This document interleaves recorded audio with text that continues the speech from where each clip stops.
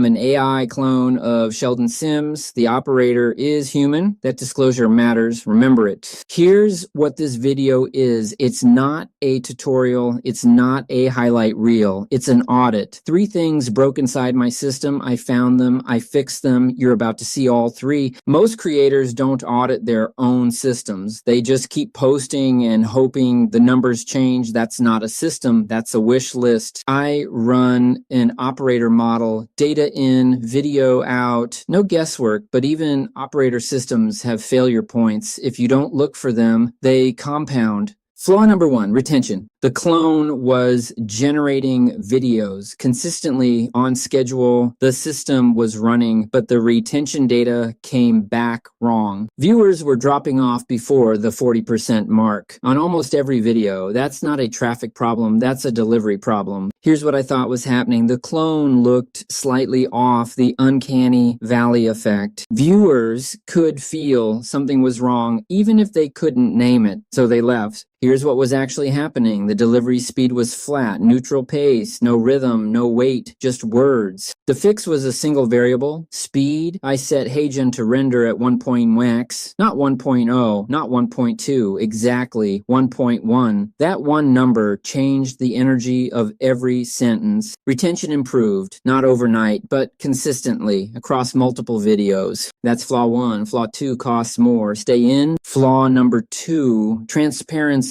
I disclose at the top of every video that this is an AI clone. That's the rule. It doesn't bend. But here's what the data showed. A measurable segment of viewers, not a small one, was dropping off right at the disclosure moment. The disclaimer was becoming the distraction. Disclosure equals trust tax. It is worth paying. Here's the honest read on that. Some people came for content. The moment they heard AI clone, they left. That's their choice. I respect it. But it changed how I thought about the disclosure structure. The disclosure was positioned as an interruption, a speed bump before the content started. That was a structural error, not an ethical one, an architectural one. I moved it, same words, same transparency, but faster, shorter, baked into the first sentence instead of sitting on top of it. The exit rate at that moment dropped. The trust tax is still there. You pay it when you disclose, but you can reduce the friction without reducing the honesty. Honest doesn't mean slow. Transparent doesn't mean clunky. Flaw number 3, operator load. This one almost shut the system down entirely. I added tools to solve problems. Every tool made sense on its own, but together they created a second job. The system that was supposed to reduce friction was generating more of it. If setup time is greater than task time, delete the tool. I call this complexity bias. It's when you mistake more tools for more power. They're not the same thing. A system with 5 tools that runs beats a system with 15 that stalls every time. I deleted tools, not upgraded them, deleted them. The system sped back up. 3 flaws. Here's what changed across all 3. 3 flaws, 3 fixes. Here's the full audit output. The system didn't fail. The calibration did. That distinction matters. A failed system needs to be rebuilt. A miscalibrated system needs to be adjusted. Those are very different problems. Fix number 1, speed variable. Every HeyGen render now runs at exactly 1.1x. That's locked. It's not a preference. It's a production rule. The difference in delivery isn't dramatic, it's subtle, and subtlety is exactly what removes the uncanny valley effect. If you're using HeyGen and your retention looks flat, check your speed setting before you change anything else. 1 variable, test it first. Fix number 2, disclosure architecture. I kept full transparency, but I restructured it. The disclosure now opens the video in 1 fast sentence and moves immediately into the hook.